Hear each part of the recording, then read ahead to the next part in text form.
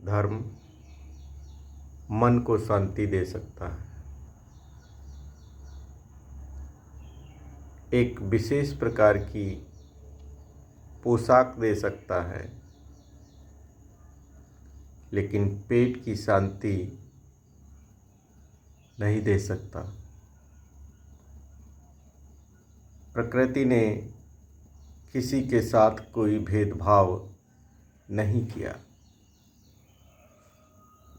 प्रकृति ने सभी के लिए समान वायु, जल और अग्नि की व्यवस्था की।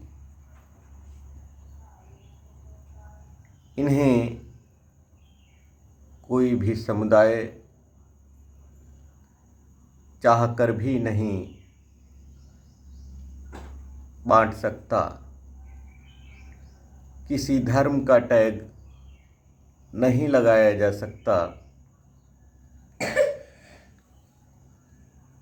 और इनके बिना किसी का कोई कार्य नहीं हो सकता।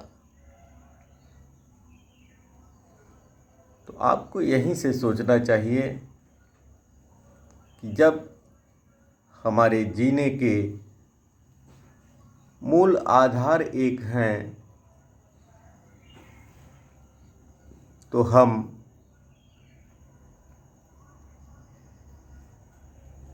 अलग अलग पोशाक पहनकर आपस में क्यों भिड़ते हैं? या स्वयं का वर्चस्व क्यों दिखाते हैं? कितने दिन जीना है? एक इधर इंसान कहता है ना साथ आया है कुछ, ना ही साथ जाएगा। फिर इतना बहस और विवाद क्यों? उस परम पिता परमात्मा ने तो किसी के साथ कोई भेद नहीं किया। जो भी परिवर्तन आपने किए, चाहे वेशभूषा के आधार पर हों, चाहे शारीरिक आधार पर हों, चाहे स्थलों के आधार पर हों, ये सब तो आपने ही बनाए हैं। अपनी व्यवस्थाएं अपने ऐशो आराम के लिए, अपने ऐशो आराम के लिए की हैं। जब इनमें किसी भी प्रकार की कटौती होती है तो आप उन भोले भाले मासूम लोगों का प्रयोग करते हैं और सत्ता पाने के बाद कितने दुख दर्द समझते हैं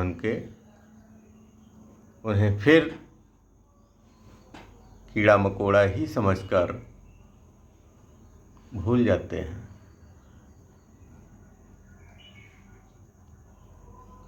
अगर आप सच्चे साधक हैं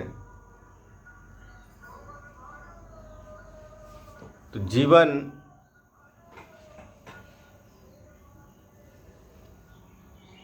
से मुक्ति पाना और मोक्ष प्राप्त करना ही आपका लक्ष्य होना चाहिए, ना कि भोले भाले लोगों को भिड़ाकर सत्ता प्राप्त करना, स्वयं का स्वार्थ सिद्ध करना। एक इधर आप धार्मिक भी हैं तो आपको ये भी पता होना चाहिए आपके द्वारा जो भी आज कर्म किए जा रहे हैं, इनका फल भी